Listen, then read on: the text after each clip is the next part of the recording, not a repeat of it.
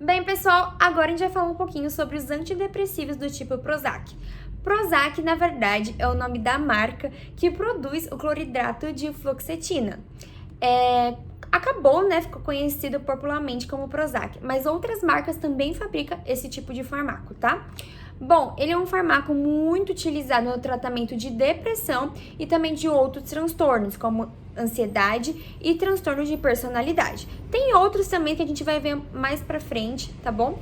Mas não é só usado para esses dois, os principais, na verdade, vamos dizer assim, tá? Pertence à classe de inibidores seletivos da recaptação da serotonina, né? Como o nome próprio da classe diz, atua na inibição da recaptura da serotonina, né? Que é um neurotransmissor relacionado ao humor, igual a Laís falou anteriormente. Bom, o metabolismo de ação da fluoxetina é muito prolongado, né? Querendo ou não, acaba sendo um fármaco com atividade clínica mais significativa. Então, geralmente, os psiquiatras e os médicos acabam, né, prescrevendo a fluoxetina como um antidepressivo. Bem, pessoal, agora a gente vai falar um pouquinho sobre a parte bioquímica da fluoxetina. Ela é formada por um N-metil-3-fenil-3, 4-trifluorometil, fenox, propano 1-amina. Desculpa se eu falei alguma coisa errada, tá, gente? A fórmula molecular dela é um C17H18F3, um nitrogênio e um oxigênio, 309,33 gramas por mol.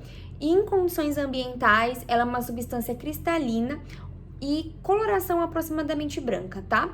Na sua molécula, é composta por amina secundária, igual a gente consegue ver aqui, fenila, função éter, aqui, ó, dá pra ver, e o átomo de flúor, que a gente consegue ver aqui, ó, tá? A molécula, né, fluoxetina, ela possui antinômeros. E esses antinômeros, né, possuem o S e aqui o R. Mas eles não é, tipo, espelhado, não é tipo assim, um é o oposto do outro, digamos isso. A única diferença que tem entre os dois, eles são bem semelhantes, e a única diferença está na relação de potência. Que o S, o antinômero S, é 1,5 vezes mais potente, né, na inibição da recaptação da serotonina em relação ao antinômero R, tá bom? Continuando, né, as características bioquímicas da fluoxetina, ela possui o maior caráter lipofílico, que seria a capacidade de penetração no tecido nervoso. Logo, quando eu falei lá anteriormente que ela possui um metabolismo de ação prolongado, está referente a isso. E isso também traz consequências, tá? Porque ela fica maior tempo, né, dentro do nosso organismo. Ou seja, maior lipossolubilidade, que tem dificuldade de processo de excreção. E isso pode acarretar, quando a pessoa adquire grande quantidade de dose, né, toma grande quantidade de dose desse medicamento, pode vir a se tornar uma toxicidade, tá bom? Então é muito perigoso, só deve ser tomado com receitamento médico, tá? Bom, no organismo, né, ela pode ser metabolizada em norfloxetina por enzimas do citocromo P450, tá? Então aqui, ó, nesse esquema, a gente consegue ver a conversão da fluoxetina em norfloxetina, tá bom? Feito devido a essa enzima que é metabolizada no organismo, tá?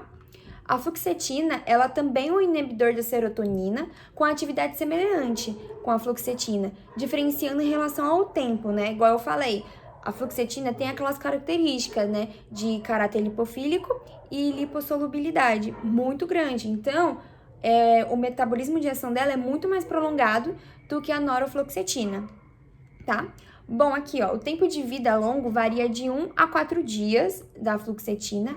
Dentro do metabolismo, possui um tempo de meia-vida ainda maior, que varia de 7 dias a 15 dias dentro do organismo. Entende? Então, é um fármaco que fica muito tempo no nosso organismo, igual eu falei já anteriormente, podendo levar ao crescimento de efeitos colaterais, que a gente já vai ver quais são os efeitos colaterais muito comuns e outros que são raramente acontecem utilizando esse medicamento, tá? Bem, pessoal, agora eu vou falar um pouquinho sobre as indicações do medicamento Prozac. Lembrando que esse tipo de medicamento deve ser receitado por um médico, tá? Geralmente psiquiatra que acaba receitando. E é isso, né? Até para comprar precisa de receita, tá? O Prozac, ele é indicado para tratamento de depressão e ansiedade, como eu falei anteriormente, né? E de transtornos de personalidade. O tratamento de bulimia nervosa, transtorno obsessivo compulsivo, que é o TOC, transtorno disfórico pré-menstrual, incluindo a tensão pré-menstrual, que seria a famosa TPM, tá? Irritabilidade e disforia, né? Que seria o mal-estar provocado por uma crise de ansiedade muito forte, tá bom? Então, ele é indicado para todos esses tipos de transtornos, né? E também mais alguns, como eu falei, o transtorno de personalidade. Referente à contraindicação do Prozac, ou seja, onde o Prozac não deve ser utilizado em hipótese nenhuma, está falando referente a pacientes alérgicos, né, à fluoxetina ou qualquer um dos seus excipientes, tá? Há pacientes que estão utilizando, né, como princípio ativo inibidores da monoaminocidase.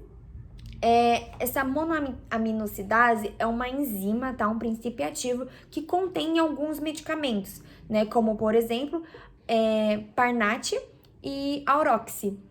Contém esses dois medicamentos esse princípio ativo e quando, né, em conjunto, né, toma ao mesmo tempo a fluoxetina junto com esses dois medicamentos que contém esse princípio ativo dessa enzima, que pode causar uma síndrome serotoninérgica, né, que pode ser fatal, né? Ela causa alguns delírios, esse tipo de síndrome, uma ansiedade muito elevada, podendo chegar a pessoa até a morte. Então, é muito perigoso, né, tomar esse medicamento, esses dois medicamentos em conjunto. Por isso que tanto na bula tá prescrevendo para não utilizar os dois, tá bom? Vamos falar agora sobre os efeitos colaterais do Prozac, tá bom? Reação muito comum que ocorre em mais de 10% dos pacientes que fazem uso contínuo desse tipo de medicamento, tá bom? Alguns deles relatou ter sentido esses sintomas, tá? Bom, diarreia, náusea, dor de cabeça, insônia, são esses sintomas geralmente que são relatados.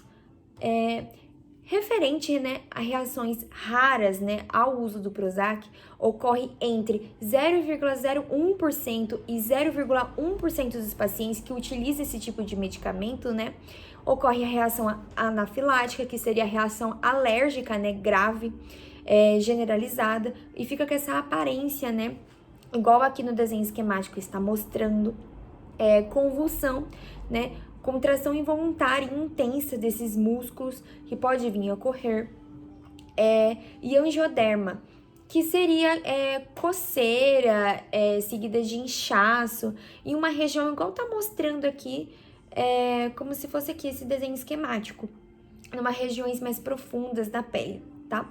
Então, geralmente, esses são os sintomas, né, são as reações que ocorrem na utilização do Prozac.